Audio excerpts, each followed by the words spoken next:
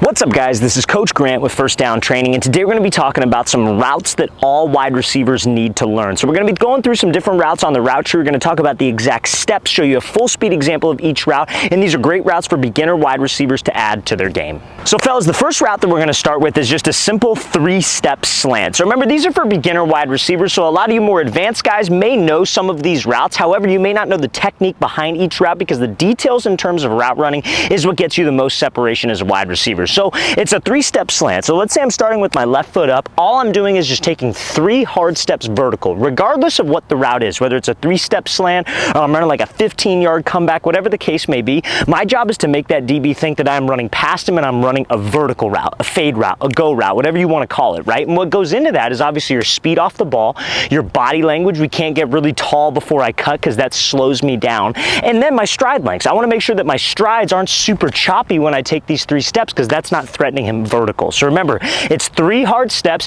hips, shoulders, eyes, everything is vertical. 1, 2, 3, break off of this outside foot, plant, and push into this slant. Every single route that we're going to cover today, you guys, is going to be based off of steps, because when you get to the next level, I'm talking college ball, every single route is based off of steps. You're going to hear terminology like 3rd inside step, 5-step this, 6-step out. So you got to get more comfortable with doing that at a younger age. So that's why everything we're going to discuss is off of steps as the video gets more advanced. So we're going to show you a full speed example of this slant and then get into some other routes you need to learn.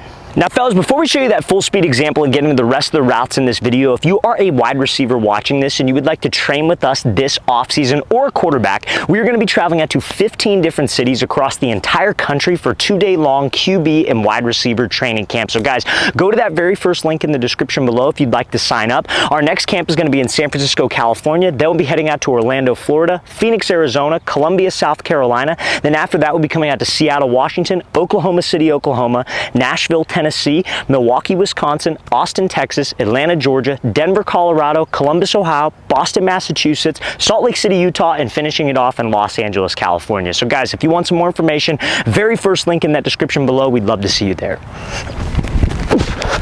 Now fellas, the next route we're going to be discussing is going to be a 4-step out route using something called a speed cut. So we're going to progress into longer routes, but this is more specifically to emphasize that speed cut that you guys need to differentiate between the stick cut that we did on a slant route. So usually for routes like slants, posts, corners, you're cutting using like some people call it an indicator cut, some people call it a stick, but a lot of people misuse the terminology and will call it a speed cut when in fact it's not.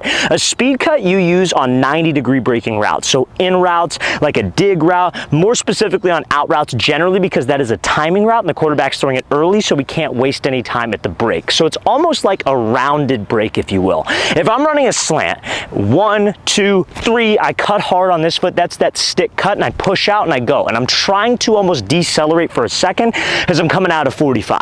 On an out route using a speed cut, you don't necessarily want to plant, or you don't necessarily want to cut, you want to more so plant with your foot, and the foot placement is essential. Now, on a 4-step out route, generally you're going to be breaking at around 5 and rounding up to 6. So there's a little bit of a rounded element, but it's not a drift. You're not drifting away from the quarterback. You have to get straight 90 on the break, and we'll show you how this should look full speed. But the speed cut allows you to round it a little bit because we're not trying to lose any speed. It's like the speed that you have off the ball is the speed that you should have at the end of the route. So remember, it's 4 steps. So left foot's going to be up. First step off the ball with my right foot.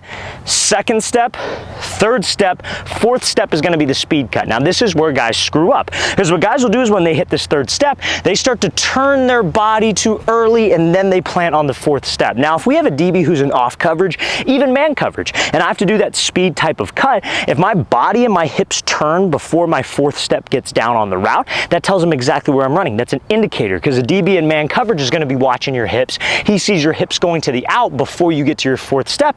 He's keyed in on it. He has a step advantage on us. We need to sell vertical as long as possible all the way till the 4th step. So that's my 3rd step. When I hit this 4th step, the key on a speed cut is to turn your foot slightly at a 45-degree angle. I'm not trying to cut hard. I'm just planting in the ground, 45-degree angle, and my goal is to open up my hip, take my outside arm and rip like I'm trying to elbow somebody behind me. So if I round, my hips eventually get back to that 90 degree and I could get out on my out route. So remember guys, it's 4 steps. You are pushing vertical, hips, shoulders, eyes, speed and stride, all the way vertical. On the fourth step, we plant and turn, and you can round up an extra yard. So we're gonna show you how this should look, full speed.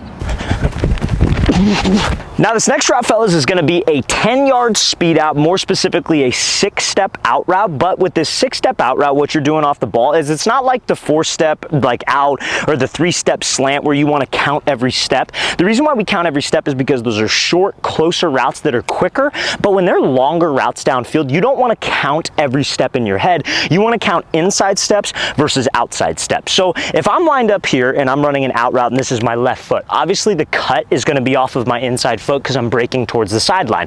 So I only want to count the steps that I take with my inside foot. So if it's a 6-step out route, I'm going to be cutting off of my third inside step. So the reason why we do it is so you guys aren't thinking too much on the route.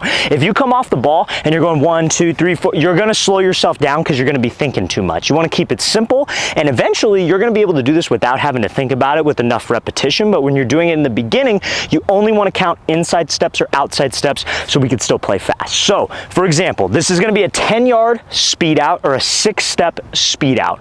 So it's just like the 4-step out that we did in terms of the cut. Remember, it's a speed cut. I can round. So generally this is going to take you to about 8 yards and you're going to round up to 10. So my left foot's up, this is my inside foot. I come off the ball, I don't count that step. Count this one, that's 1 in my head. Don't count that. 2, don't count this. 3, that's gonna be your speed cut. So you're turning your foot at that 45 degree.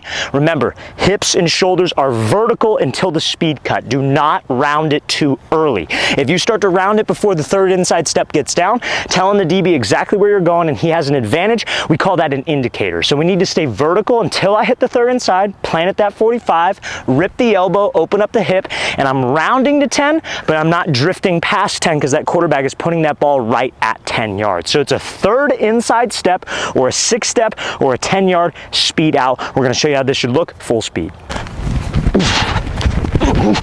Now fellas, the next route we're going to be going over is something called a bang 8 post, which is essentially a 5-step post. So it's 2 steps deeper than that slant that we talked about. But remember, when things are a little bit further downfield, like 8, 10, 12 yards, you're not counting every single step. You're just counting outside steps and inside steps. So for this 5-step post, it's going to be a break off of your third outside step. It's kind of a skinnier post, but it's a timing route for the quarterback. Again, that's why it's important that you count steps on routes, because the quarterback, like, he's expecting you to break at like 8 yards. That's about where this will take you. It's about like 7 to 8 yards, and you end up probably at 10 on the post angle. He's taking a 3-step drop and letting it go right off the third step, throwing it before you even break. So the reason why you need to be off of steps and not looking down, looking at the yardage, focusing on when you should cut, shortening up your strides, chopping your feet, is because that'll screw up the timing with the quarterback. So remember, it's 3 hard steps. Now this is not an out route or an in route, so a speed cut is not what we're trying to do here. This is going to be a stick and we push out and go. Now because this is a timing route, where a lot of receivers make the mistake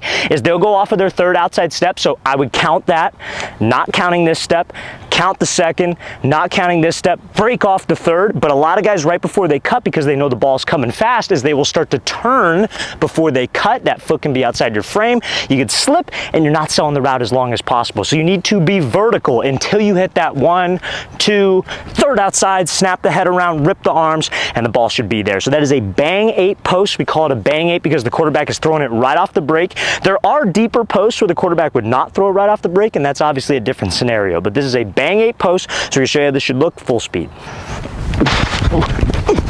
Now the next route, fellas, we're going to be discussing is a 6-step corner route, but we're going to be adding a move to that route called a rocker step. So essentially you wouldn't cut off of your inside foot if we're counting steps. You would start the cut off of your outside foot. Obviously the foot to get you into the corner is going to be your inside foot, but since we're working a 1-2 at the top of the break, which is what a rocker step would be, you would start the move actually on your outside foot. So you would count the steps with your outside foot if this is what you're planning on doing. Eventually, like I'm talking when you guys run this on air, no defense, no pass rush, you're not really worried about, like, you're worried about timing obviously with your quarterback, but like in a real game scenario, you can't be thinking about your steps. You have to have repped it so many times that you're not even thinking. You could just play fast, execute this move on the exact step. That's why all the top tier NFL guys look so smooth, because they've had thousands upon thousands of reps of this. But this is how you guys can break it down, take it piece by piece and rep it out doing the right thing so it applies in a game the right way, right? So if I was running a normal 6-step corner, which should take me to about 10 yards, 8 to 10.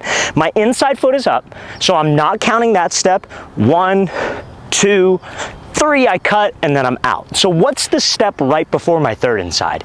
It would be my third outside. So that's what we're gonna be counting if we're using a rocker step at the top. So I come off, I count that 1, 2, count that 1, 2, don't count that, 3 here, and then we're up on the corner. So that's how you guys can add a move to that, like, I guess, counting steps method when it comes down to running your routes. So we're gonna show you how that rocker step corner should look, full speed.